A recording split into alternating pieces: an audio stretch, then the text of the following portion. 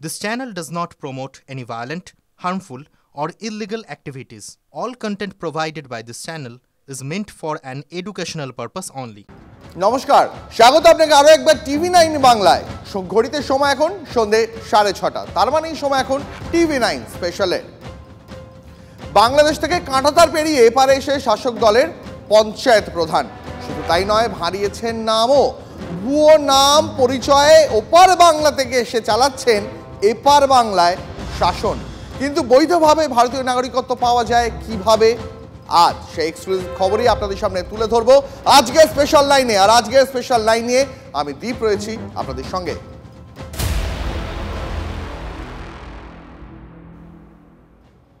আচ্ছা, তৃণমূলের পঞ্চায়েত প্রধান নাকি অনুপ্রবেশকারী বলবো? হ্যাঁ, শুনতে তাজ্জব লাগলেও এই অভিযোগই উঠছে মালদার রশিদাবাদে। শুনতে তাজ্জব লাগলে এই অভিযোগ মালদার রশিদাবাদ থেকে আসছে, যেখানে উঠছে গুরুতর অভিযোগ। তিনি পাসপোর্ট নিয়ে তো আসেননি, এবং আসার পরে তিনি এখানে তৃণমূল দলকে, যেহেতু শাসক দল, তাদেরকে ম্যানেজ করে, প্রধানকে সেখানকার ম্যানেজ করে আরেকটি গ্রামের একজন শেখ মুস্তাফাকে বাবা সাজিয়ে তিনি এখানে তার ভোটার কার্ড, ওবিসি সার্টিফিকেট এগুলো বার করেছেন, এবং পরবর্তীতে তার এখানে বিবাহ করেছেন, এবং তিনি 2023-এ পঞ্চায়েত ইলেকশনে কন্টেস্ট করেছিলেন, জিতেছেন, তারপরে প্রধান হয়েছিল। বুঝতে পারছেন কত বড় অভিযোগ, কতটা গুরুতর অভিযোগ? আসুন আপনাকে দেখায় বিগ ওয়ালে। দেখুন, পঞ্চায়েত প্রধান নাকি বাংলাদেশ অনুপ্রবেশকারী লাভলি খাতুন, যার বিরুদ্ধে এই অভিযোগ।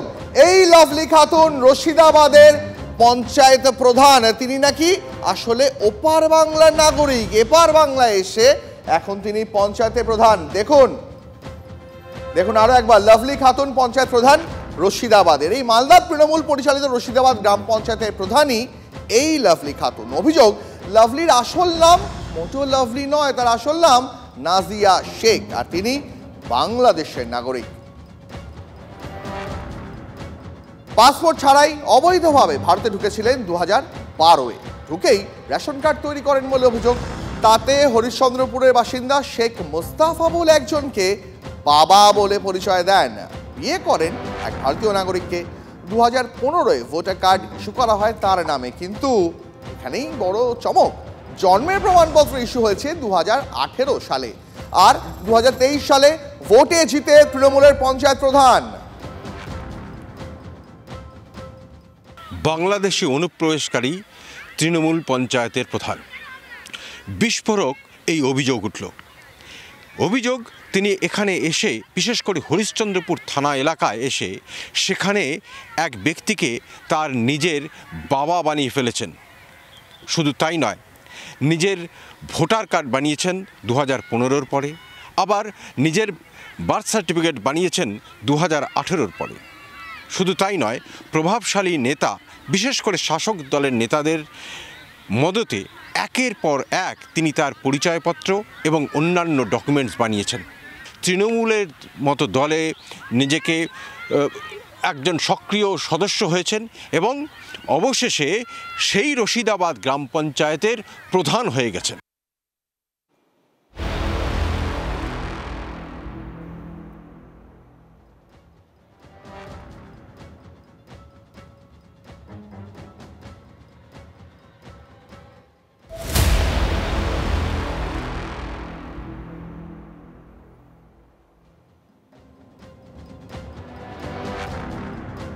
রশিদাবাদ গ্রাম পঞ্চায়েতের যে প্রধান, তিনি কি কুশিদা বাগমারা গ্রামের মেয়ে?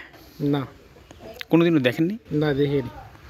কিন্তু আপনারা তো সাক্ষীতে নাম দিয়েছেন, আপনাদের গ্রাম থেকে 11 জনের নাম আছে। আমাদের সাক্ষী কাগজ পেপার কিভাবে নিয়েছে আমরা এখন জানি না। আপনারা জানতেন না? না, জানি না। আপনাদেরকে ডেকেছিল বিডিও অফিস, এসডি অফিস? হ্যাঁ, ডেকেছিল, নোটিশ এসেছিল আমাদের এখানে, গিয়েছিলাম ওখানে অফিসে। কি জিজ্ঞেস করেছিল? জিজ্ঞেস করেছিল এটাই যে মুস্তফার কি বাংলা কি লাভলি খাতুন মেয়ে, ওর কি নিজের মেয়ে হয় কি না। আমরাও তো কিছু জানি না। মুস্তফাটা তোর জানে ওকে, মানে কি বানিয়েছে মুস্তাফাকে? মুস্তফাকে ওই বাবা বানিয়েছে। তো ওর কি মেয়ে অরিজিনাল ওনার? না, অরিজিনাল মেয়ে না, ওর একটা মেয়ে, দুটা ছেলে। মানে এটাই জানো তোমরা? পুরা গাঁও জানে, সবাই জানে। বাংলাদেশ থেকে এসছে, বাংলাদেশি প্রধান, সবাই তো ওটা বলছে। মানে সাইনেও কি ডুপ্লিকেট সাইন হ্যাঁ, করিয়েছিল? সব ডুপ্লিকেট সাইন আছে। ডুপ্লিকেট করিয়েছিল? সব ডুপ্লিকেট আছে। এটা কারা করিয়েছিল? এটা ওরাই করেছিল, আমাদেরকে ফেঁসে দিচ্ছে, ফাঁসানো হচ্ছে। অর্থাৎ লাভলি বাংলাদেশি নাগরিক, সেই অভিযোগ তোলেন পঞ্চায়েতে তার বিরুদ্ধে ভোটে লড়া আর এক প্রার্থী। অভিযোগের ভিত্তিতে তদন্তে নেমে প্রশাসনের কর্তাদের চক্ষু চড়ক গাছ। ভিডিও রিপোর্টে তাকে বাংলাদেশি অনুপ্রবেশকারী বলে স্পষ্টভাবে উল্লেখ করা হয়েছে। অভিযোগ, সেই রিপোর্টের পরেও কোনো ব্যবস্থাই নেয়নি ঊর্ধ্বতন কর্তৃপক্ষ। এরপরেই এর জল গড়ায় কলকাতা হাইকোর্টে। অভিযোগের ভিত্তিতে লাভলির ভুয়ো বাবা শেখ মোস্তাফাকে হাইকোর্টের শুনানিতে ডাকা হয়, কিন্তু বারবার ডাকা সত্ত্বেও তিনি হাজিরা দেননি। চাঁচলের এসডিওকে 6 মাসের মধ্যে রিপোর্ট দিতে বলেন বিচারপতি শম্পা সরকার।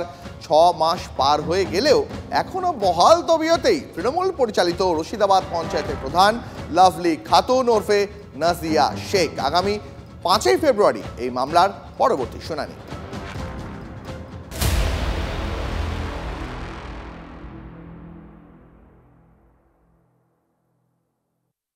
রেহানা সুলতানা, যিনি ওনার কাছ থেকে ইলেকশনে পরাজিত হয়েছিলেন, তিনি তার এগেনস্টে একটা কমপ্লেন করেন। হাইকোর্ট অর্ডার করে এবং সেই অর্ডার এসডিওর কাছে এসছে। এসডিওকে সেখানে বলা হয়েছে হিয়ারিং করে এটা নিষ্পত্তি করা, মানে তাকে বাংলাদেশি হিসাবে, তিনি যে সত্যি বাংলাদেশি তার প্রমাণও আছে, ডকুমেন্টস আছে বিভিন্ন, তার সার্টিফিকেটটা জাল ওবিসি, তারও ডকুমেন্টস আছে, সেগুলোকে দেখে একটা সিদ্ধান্ত নেওয়ার কথা বলা হয়েছে। মানে তিনি নামও পরিবর্তন করেছেন নাকি? সবটাই আর কি? তিনি সবটাই পরিবর্তন করেছেন, তিনি নিজের আইডেন্টিটিটাকেই পরিবর্তন করেছেন।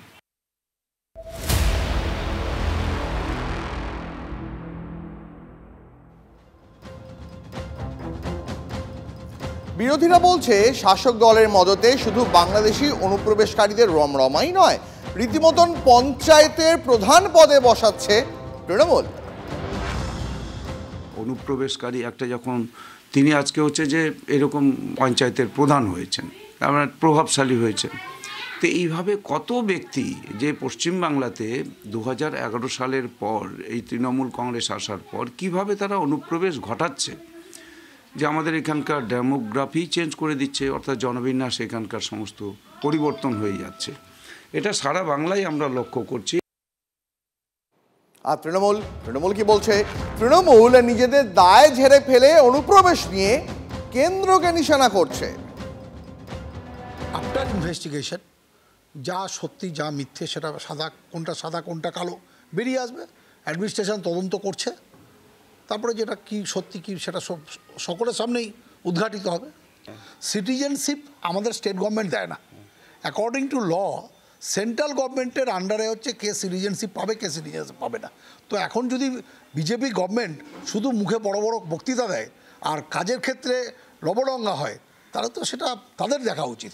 আর যে কোনো বর্ডার ক্রস করে যদি কেউ আসে, এটা স্বরাষ্ট্র মন্ত্রকের দেখা উচিত। বিজেপি কি অভিযোগ করছে দ্যাট ডাজন্ট ম্যাটার।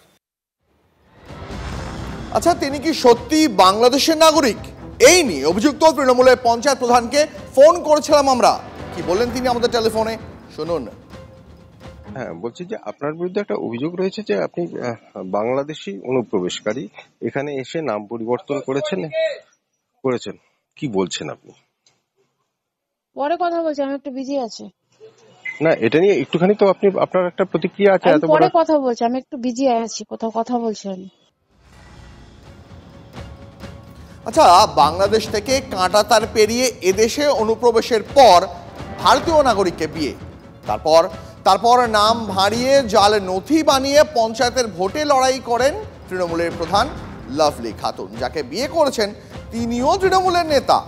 এই প্রধান অবশ্য জালিয়াতি করে নথি বানিয়ে ভারতীয় আধার ভোটার কার্ড বানিয়েছেন।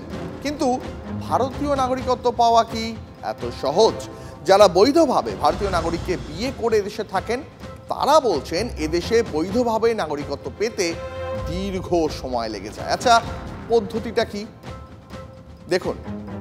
ভারতে এসে এদেশে নাগরিককে বাংলাদেশি নাগরিক বিয়ে করলে সেই মহিলাকে আসতে হয় ট্যুরিস্ট ভিসাতে, যার মেয়াদে থাকে 90 দিন। সেই ভিসার পরিবর্তে ভারতে স্টে ভিসা নিতে গেলে জমা দিতে হয় নিজের সমস্ত নথি, ম্যারেজ সার্টিফিকেটের সঙ্গে ভারতীয় স্বামীর সমস্ত নথি। ঘোষণাপত্রে উল্লেখ করতে হয় ওই মহিলা কোনো উপার্জন করেন না দেশে, তিনি সম্পূর্ণভাবে তার স্বামীর ওপরেই নির্ভরশীল। স্টে ভিসা মিললেও তার মেয়াদ থাকে 1 বছর। প্রতি বছর তা পুনর্নবীকরণ করতে হয়। অন্তত 7 বছর ভারতে স্টে ভিসায় থাকার পর নাগরিকত্বের জন্য আবেদন করা যায়। সেই প্রক্রিয়াও যথেষ্ট দীর্ঘ। আবেদন করলেই যে সঙ্গে সঙ্গে নাগরিকত্ব মিলবে তা নিশ্চিত নয়। সেক্ষেত্রে ভারতীয় নাগরিকত্ব পেতে লেগে যায় প্রায় 1 দশক। আর সেখানেই কিনা প্রভাবশালীদের মদতে এই লাভলি খাতুন ভুয়ো নথি ব্যবহার করে পঞ্চায়েতের একেবারে প্রধান বনে গেলেন। তিনি এখানে এসে, বিশেষ করে হরিশ্চন্দ্রপুর থানা এলাকায় এসে, সেখানে এক ব্যক্তিকে তার নিজের বাবা বানিয়ে ফেলেছেন। শুধু তাই নয়, নিজের ভোটার কার্ড বানিয়েছেন 2015-র পরে, আবার নিজের বার্থ সার্টিফিকেট বানিয়েছেন 2018-র পরে। শুধু তাই নয়, প্রভাবশালী নেতা, বিশেষ করে শাসক দলের নেতাদের মদতে একের পর এক তিনি তার পরিচয়পত্র এবং অন্যান্য ডকুমেন্টস বানিয়েছেন। বিভিন্ন জঙ্গি সংগঠনগুলো এভাবেই তারা কোটি কোটি টাকা খরচ করে এপারের শাসক দলের নেতাদের মদতেই বহু অনুপ্রবেশকারীকে এখানে পাঠিয়ে দিচ্ছে এবং এরপরেই সেই সমস্ত জঙ্গি সংগঠনগুলি তাদের মাধ্যমেই তাদের জাল ক্রমশই বিস্তার করে চলেছে। মালদা থেকে ক্যামেরায় মুজিবর শেখের সঙ্গে শুভতোষ, TV9 বাংলা।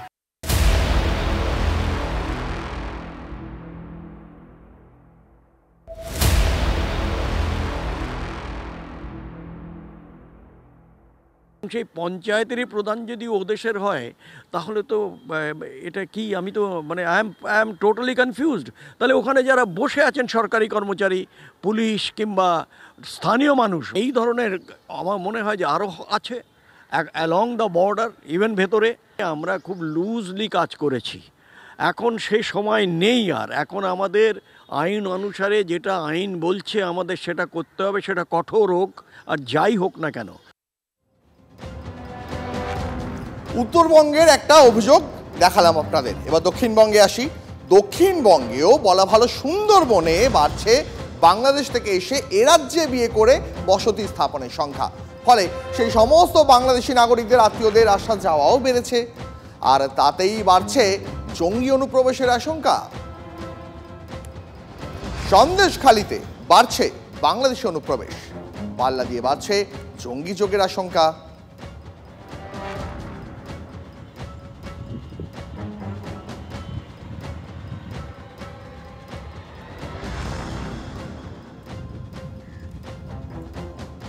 মুসলিম আছে, ওদের মেয়েটে বাংলাদেশে বিয়ে দিয়েছে, তারা আসলো, এসে এবারে এখানে ঘর দরজা বাঁধলো, সেই জামাই সূত্রে ওরা বসে যাচ্ছে, এসে এখানে সব হয়ে যাচ্ছে ওদের। আমাদের জ্ঞান পড়ায় আমরা দেখেছি 3-4 ঘর ছিল ওরা, এখন দেখা যাচ্ছে যে ওখানে ওরা মানে নদীর চর ভেরিয়ে ঘর দরজা হয়ে গেছে।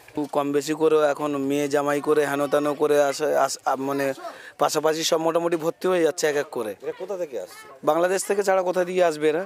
এদের তো আর আত্মীয় স্বজন তো এখানে আশেপাশে তো কোথাও নেই। যদি ভেরিফিকেশন করে আমাদের থানা বা বিডিও অফিস ফফিস, যদি ওরা যদি একটু করে দেখে, চেক করে দেখে, তবে দেখলে বুঝতে পারবে যে ওরা সবই।